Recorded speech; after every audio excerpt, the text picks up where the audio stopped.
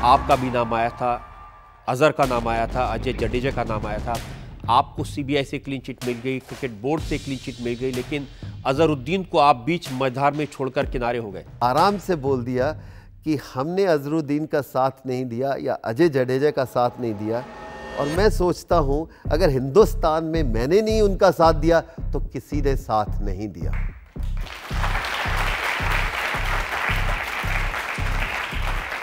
लेकिन इंप्रेशन ये हुआ कि वो फंसे रह गए और आप बाहर निकल गए। उन्होंने अपनी लड़ाई खुद लड़नी है, हर इंसान ने अपनी लड़ाई लड़नी है। कभी खुद भी खड़े होकर बोलना चाहिए और कहना चाहिए ये है। जब चोरी नहीं की तो किसी से भी लड़ाई कर सकते हैं। लेकिन जिन लोगों ने पहले इल्ज़ाम लगाया था, सज़ा दी थी, आज वो दूसरी बात कर रहे हैं, उनको क्या कहेंगे आप?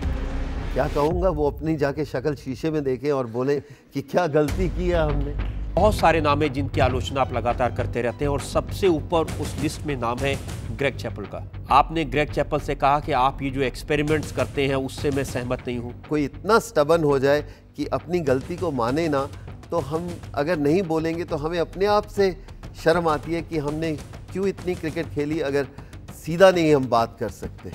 कभी कभी आपकी बातें सुन के ऐसे लगता है कि आप इन प्लेयर्स को भड़का रहे हैं ग्रेग चैपल के खिलाफ। हमने जो कहा, जो हमने सोचा, हमने बोल दिया।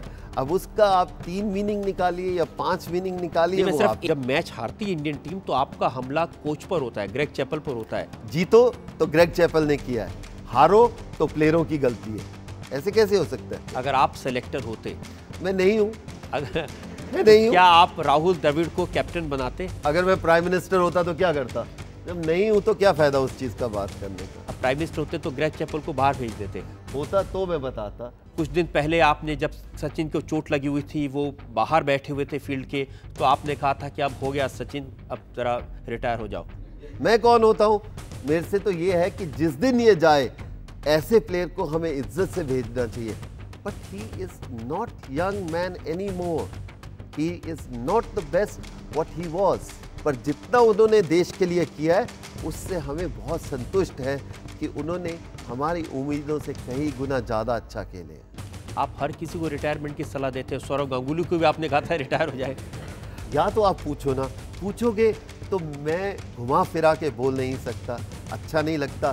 सौरव लगा मुझे 2 साल पहले कि जब उसको उस समय निकाला कि सौरभ अब तेरे को ले लेना चाहिए कि तेरे को बहुत बेइज्जती कर रहे हैं, और किसी क्रिकेटर की बेइज्जती हो तो हमें अच्छा नहीं लगता। ये अगर इल्जाम है तो लेता हूं। कपिल, आजकल जब क्रिकेटर्स पर ये इल्जाम लगता है कि चाहे वो सहवाग हो, चाहे वो धोनी हो, वो एडवर्टाइजिंग में ज्यादा कंसंट्रेट करते हैं, क्रिकेट में कम कंसंट्रेट करते हैं, तो लोग कहते हैं ये सब कपिल ने सिखाया है। आई थिंक ये मेरे से 100 गुना ज़्यादा इंटेलिजेंट है। पर अगर आप मुझे ये कहते हैं कि मैं इनको सिखाता हूँ तो मुझे बड़ी खुशी होती है। चलो, आप तो सोचते हैं कि मैं ऐसा करता हूँ। एक प्लेयर ने तो मुझे कहा कि कपिल देव जब सुबह घर से निकलते हैं तो ये सोच के निकलते हैं कि जब शाम को लौटूंगा तो 5 लाख रुपए जेब में होने चाहिए। ऐसा कोई इंसान इस जगह बैठा है, जब आप घर से निकलते हो आप चाहते हो कि 5 लाख आज हार के आऊं या लुटा के आऊं, कोई नहीं सोचता। दुख सिर्फ तब होता है जब सहवाग या धोनी जैसे लोगों के बारे में ये कहा जाता है कि उनका ज्यादा ध्यान पैसे कमाने पर है बजाय क्रिकेट पर, और इसलिए उनकी परफॉर्मेंस खराब हो। बिल्कुल नहीं। जो इंसान इनके ऊपर उंगलियां उठाते हैं उनसे पूछो, शायद अगर उनका छोटा भाई खेल रहा होता क्या ये वही बात कर सकते जो अब सहवाग या सचिन या किसी के ऊपर बोल सकते हैं? क्या ये ऐसे सोचते नहीं फ्री खेल ले, बिना पैसे लिए खेल ले? नहीं, फिर तो और मांगते। अगर किसी को तकलीफ है तो जाके एडवर्टाइजमेंट वालों को बोलो मत दो भाई उनको, हमें क्या तकलीफ, हमारे उनके पास 2 पैसे होंगे, कभी साले चाय पिला देंगे। जब आप लड़ते थे तो किलर इंस्टिंक्ट दिखाई देता था कि सामने वाले को हराना ही है। अब वो स्पिरिट खत्म हो गया। हम सब कह सकते हैं कि रजत शर्मा जैसा सारा इंटरव्यू क्यों नहीं ले सकते भाई, उसमें वो जोश नहीं है। तो हर इंसान अपनी अपनी काबिलियत लेके आता है। ये तब्दीली पिछले 5 साल में आई है कि माँ बाप लेके आते हैं मेरे बच्चे को खिला दो। हमारे टाइम में ये था कि माँ बाप कहते थे चुप करके बैठ के पढ़ो, तुम खेलने गए तो चाटा पड़ेगा। कपिल, लेकिन आज जमाना ये है कि माँ बाप ये चाहते हैं कि हमारे घर में कपिल देव पैदा हो।